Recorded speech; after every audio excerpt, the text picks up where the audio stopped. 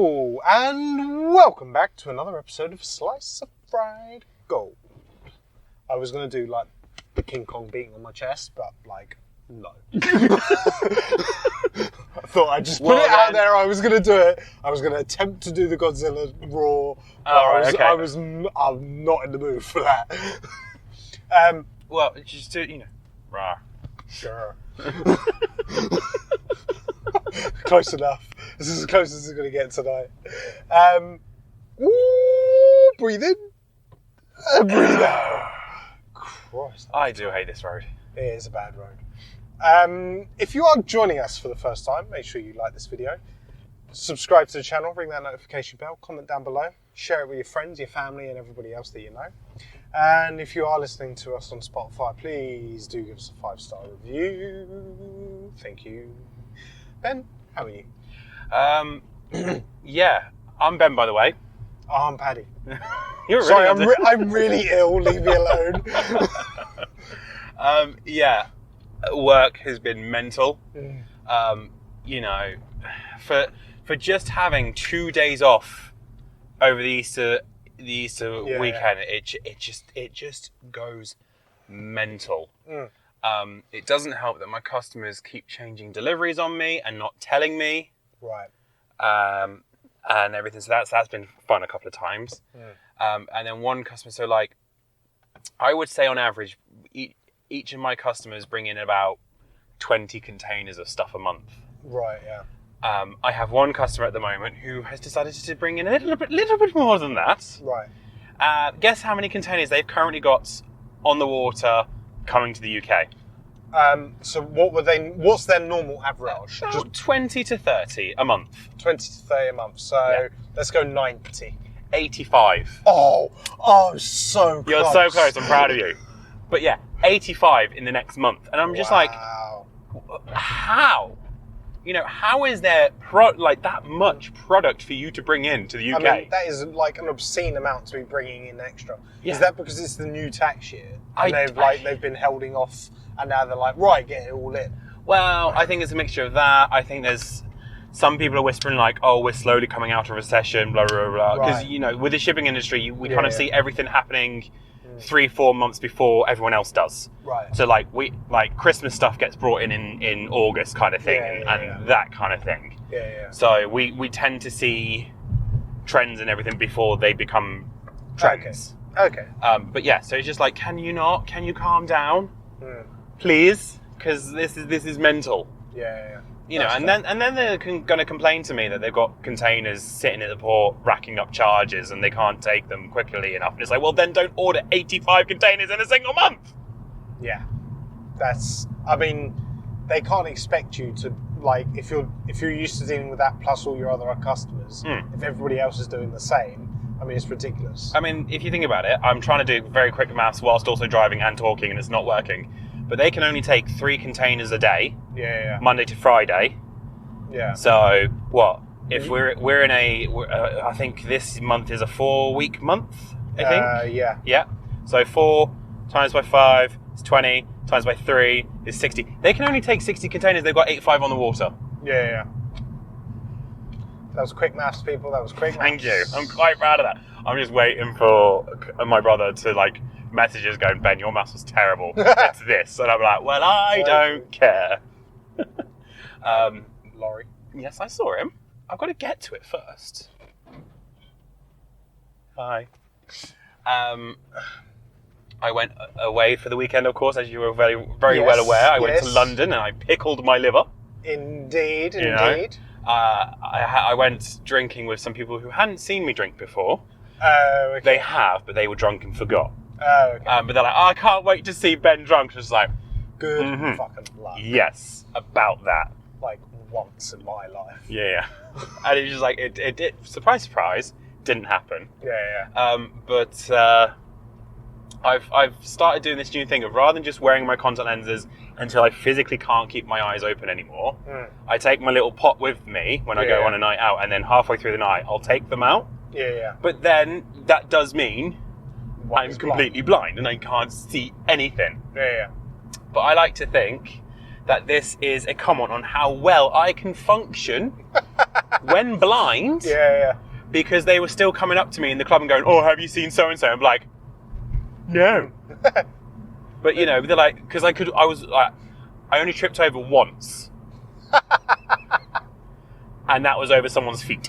Oh, okay. You know, I only tripped over once, and when I say tripped over, I didn't faceplant. I was just, like stumbled. Stumbled. Yeah. But you know, I knew where I was going. If someone handed me a drink, like I can see movement still. I'm not completely blind. Yeah.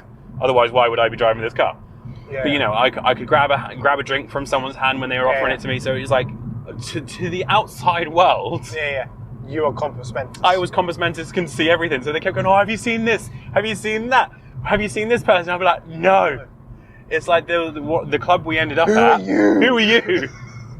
The club we ended up at had a drag performance on, and it was so what it was is they would have like an hour and a half of music. Then the drag performance would come out for all of 10 minutes. Right. Dance to a couple of songs and then disappear for another hour and a half. Okay.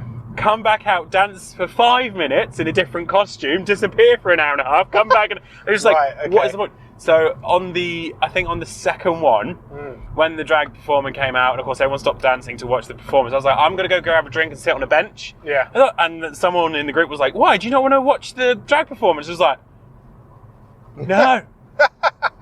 The hilarious thing is they recorded it and put it on Instagram, and I was like, oh, so that's what I missed. That's what I couldn't see. But yeah, no, it was good fun. We'll have to buy you like a little man bag so you can have your glasses in there as well. Oh no! Be like one of those guys with the fanny packs, but it's across the shoulders instead. Yeah. No, I just. You can be ghetto and have your man bag over your shoulder. No. Your fanny pack over your shoulder. No, absolutely not. But yeah, and it also is funny when people like walk into me and they're like, "Oh, watch where you're going." I'm like, "Yeah, no." Who are you? How about you watch where you're going? Maybe we'll just get you a pair of black sunglasses and you can get the blind glasses. Get a cane. Get a little white stick. No, what we'll do is we'll just get a twig and we'll like a broken twig and we'll paint it white. So it's not even like twig and a ping pong ball. And then even then the drunk people were like, "Oh, sorry mate." Yes, I love it. I'm all for that. Paddy, how are you? Well, as said from the top, I am ill. I worked most of the Easter bank holiday. I did Friday, Saturday, Sunday. Friday, I woke up. I was not in a good place. I picked up some kind of bug. I was not good. I spent, I feel like I'm over it. If you get sick, I apologise. That Monday, I spent the whole day shivering. I was like wrapped up in 2 blankets on the sofa watching TV. I was shivering, but I was like hot to the touch. That Coke withdrawal, it's something else. Yeah, man. I suspect it was caffeine because I didn't have any coffee. But no, I think it was just genuine sickness. I didn't go to work, obviously, Monday, Tuesday. As per you can't, 48 hours. Tuesday, I was much better. Like, no sickness, but, like, I was still really ill. Even now, like, you know when you're ill and you can feel the fluid in your ears? Yeah. I've got that the whole time. Like, I've got that now, like, croaky throat, real lethargic. Just like genuine flu, and I was just like, I'm dying. It's man flu. Let's put it that way. But it is. I am genuinely sick. It's not very often I actually take time off work when I'm ill. Yeah. But I was genuinely ill, and I felt rough as nuts. I still don't feel right now, but like I'm so much better off. If I was at like 5% energy, I'm back up to like 80. Yeah. I feel like I slept a lot. That Monday night, I told you I wore pajamas and then I wore a hoodie and a tracksuit bottoms over the top, socks, and like bundled up in a blanket and duvet, and I slept for about 12 and a half hours straight, and I think I managed to sweat most of it out. Fair enough. So, but other than that, because I didn't really work most of the bank holiday, because it was also like my weekend not to work the Saturday night. Me and my assistant, we alternate, so we can have Saturday night off. I didn't work Saturday night, so I didn't really have to deal with too many dickheads. Mm-hmm. But it's as the owners say, it's always like these kind of times, like Mothering Sunday and like big bank holidays like this. The owners' classes, we get the amateur diners. Amateur diners.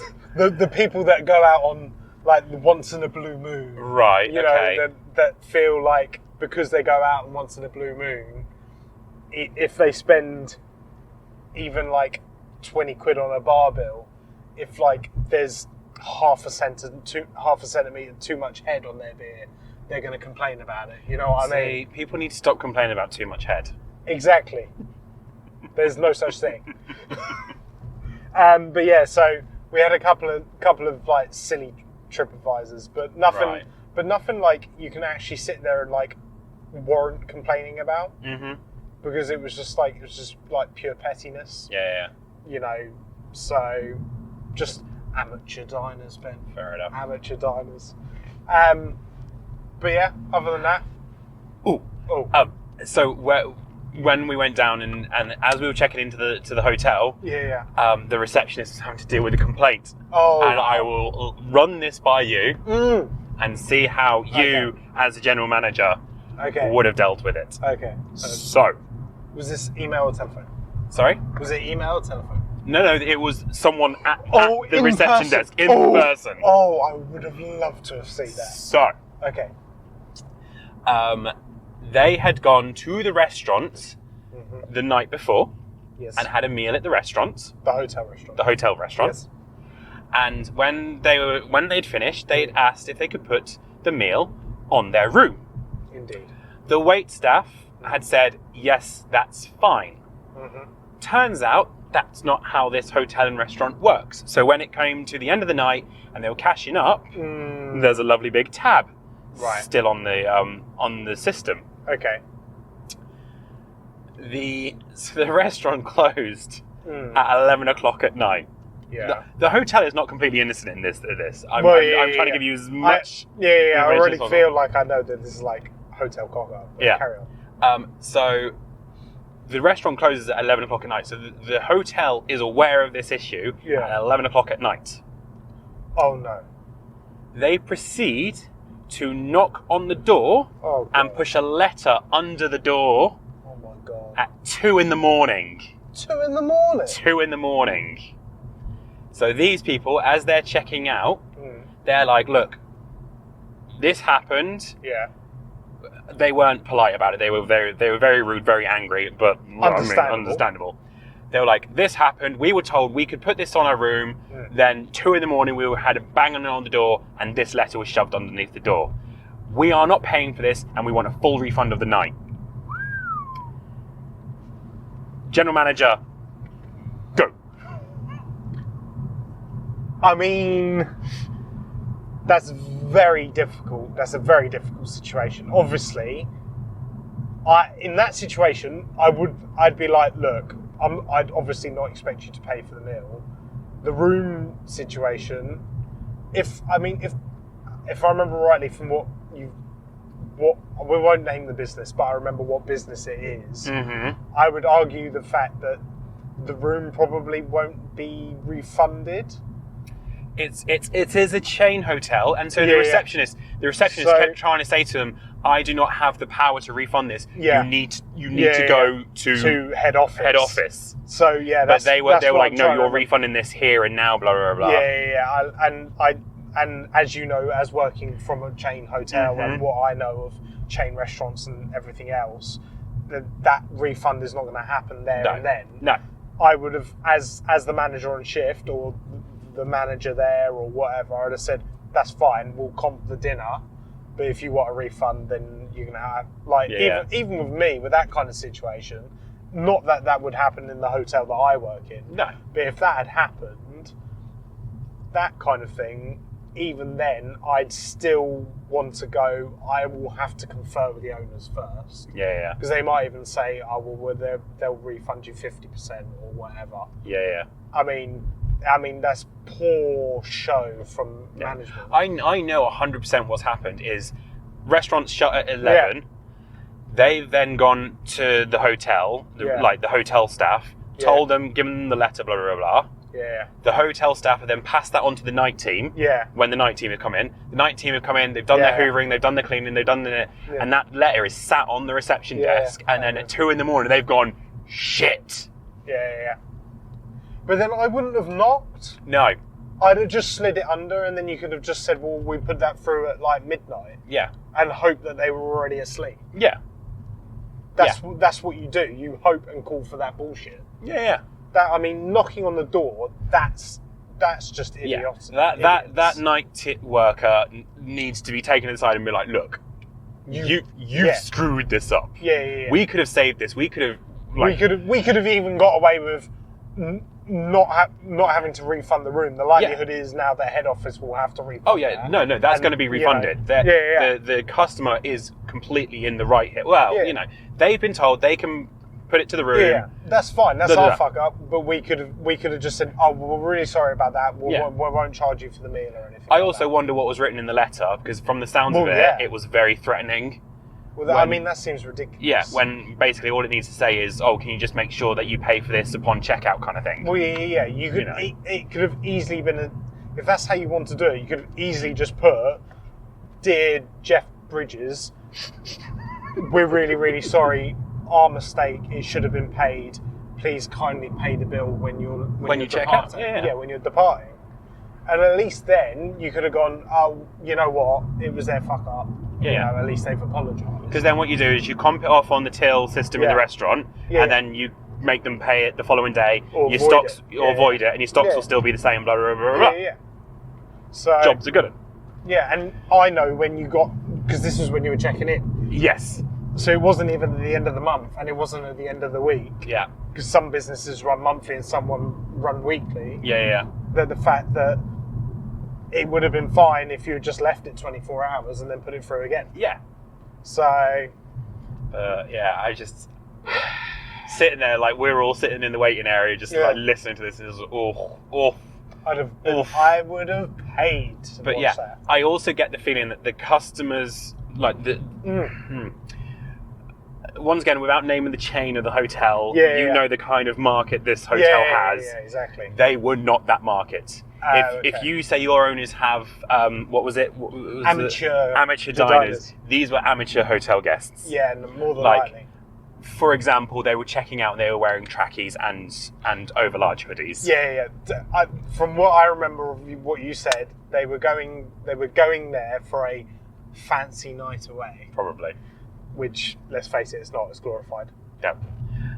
But yeah, so no, that's interesting. It's nice to know that I still have my hospitality managerial knowledge and everything, because that's exactly how I would have done it as well. Yeah, that's why I'd have done. But yeah, it was just when like we were sitting there, they're like, you knocked on our door at 2 a.m. I was like, ooh. It's just like, you've literally lost all credibility as a hotel. And then when we had to check in behind them, I really wanted to say to the receptionist, I'm so sorry about that, but it's not my place. I don't give two shits. Exactly. You could have gone, yeah. But oh well. Yeah. Anyway, let's talk movie. So we've just been to see Godzilla X Kong: The New Empire. Yes. Do you want to go first, or do you want me to go first? You go first. Right. I enjoy these movies. Mm-hmm. This was by far not the best one. Mm-hmm. This was by far not the worst one. Mm-hmm. It was, in your words, a nothing movie. Okay. I explained briefly earlier when we were discussing it briefly on the debrief.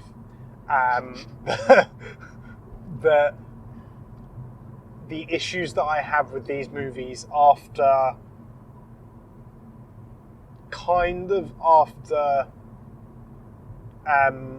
the third one, which is Godzilla King of Monsters, is that they have no scope on scale. Mm-hmm. They have no...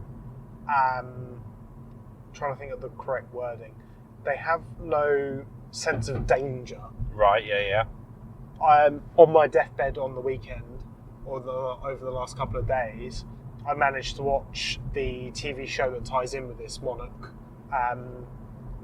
Legacy of Monsters. Yeah. And that is based after the first Godzilla movie. Right. And they're talking about, the tragic loss of death of that, and how they call it G-Day and things like that. It's Gay Day. in your mind, yeah. But like American was saying, like they were just like picking up buildings and just throwing it around, and with these movies after I mean, not so much with Kong Skull Island, because that's based before Godzilla. Yeah. But kind of with Godzilla and then Godzilla King of Monsters, there is no big scope. There is no trying to make it feel like humanity is in danger. Yeah. There's elements that have been dropped out. There has been elements that have been changed. There are some elements that I like the change of, but I do feel like the tone that was set in the first couple of movies, not Kong, but the first couple of Godzilla movies were very dark and it was very stoic, and then Kong was not more upbeat, but it was certainly a lighter tone, and I feel like they've jumped too much more into what I would class into MCU style of right, like action. They've gone from DC to Marvel. Yeah, to Marvel basically. Right. And that's how I perceive it. I do feel like they're sticking with that. Don't get me wrong, I enjoyed Godzilla versus Kong, mm-hmm. but I feel like there was more gravitas to that. I feel like there was more, like, you actually felt concerned about what would happen, because like nobody knew what was going to happen, and then there was, and this isn't a spoiler because it's been out ages, and then Mechagodzilla came out, and then it was like that was the reason why Godzilla was getting pissed, because man had made their version of a Titan, and that's why he was pissed off, because it was messing with the eco chain and everything. But with this, it didn't feel like it was basing it in, or 3/4 of it being based in like the center of the universe. Yeah. Like it didn't have that sense of worry and scope. You just felt like you were just sitting there going, cool, that monkey's punching that monkey, and that monkey's now punching Godzilla and things like that. It was only at like the end part where they briefly came to like our world. You could have easily not gone to our world, but I feel like they did that just to try and give it a little bit more of worry and concern. Yeah. And I feel like it was just like, it was not necessary. It could have all stayed there and everything would have been fine and dandy, and it could have still stayed the same. Mm-hmm. Yeah, but overall, it got a few chuckles out of me. There was a cool, there was some bits, there was some scenes where it was mainly animals and there was no talking, and I still felt like the movie, I wasn't bored. Like it was progressing with the story and I could understand what was going on. Mm-hmm. But I don't think it was the greatest. For me, the top three are Godzilla, Kong, and then it's Godzilla versus Kong. They're in that order. I feel like after that, all the other couple were like nothing movies really. So, and then this is just another nothing one. It was good for action, and that was about it. Yeah. Ben, your thoughts? It is a film. It is a film. I can say that with 100% confidence. It is a film. Yeah. Nothing else I really want to say about it. It's a film. Yeah. It exists. Yeah. It's there. Go watch it if you want to. Don't if you don't want to. I mean, you've not watched. I've not watched a single one of them. No. Because this is not my kind of film. No, it's not. And yeah, I mean, I will give it some credit. It didn't stop. There was no sort of slow moments. It just kept going and going and going, which I think helped it in some ways. I think if there was a lull, it would have been boring as fuck. Anything. Jesus, what the hell has happened to your road, Paddy? It's getting annihilated by the lorries coming up and down. Yeah, it's getting pounded, isn't it? You wish my lane was getting pounded. But yeah, it was a film. It exists. It didn't stop, which benefited it greatly. However, I don't think I'm in any rush to see it again. No. There was something else I did want to say. What was it? Film, Godzilla, Kong. Acting, no. CGI wasn't that great.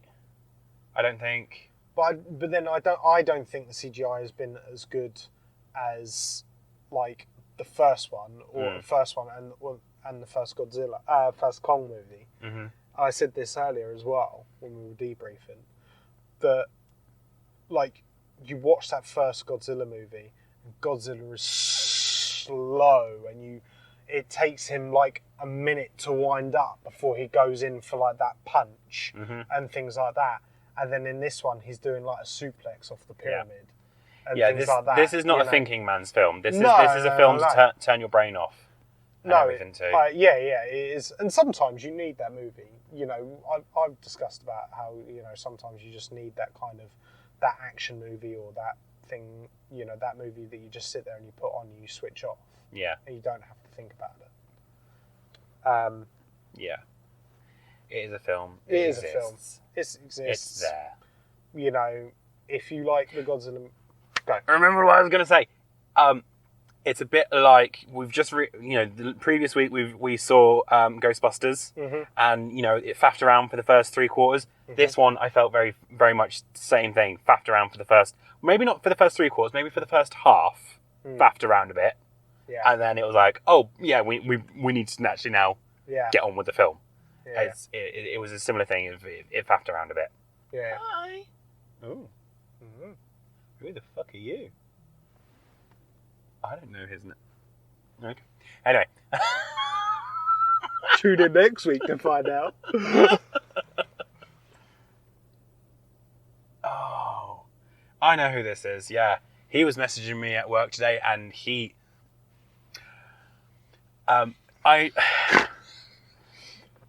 You know how...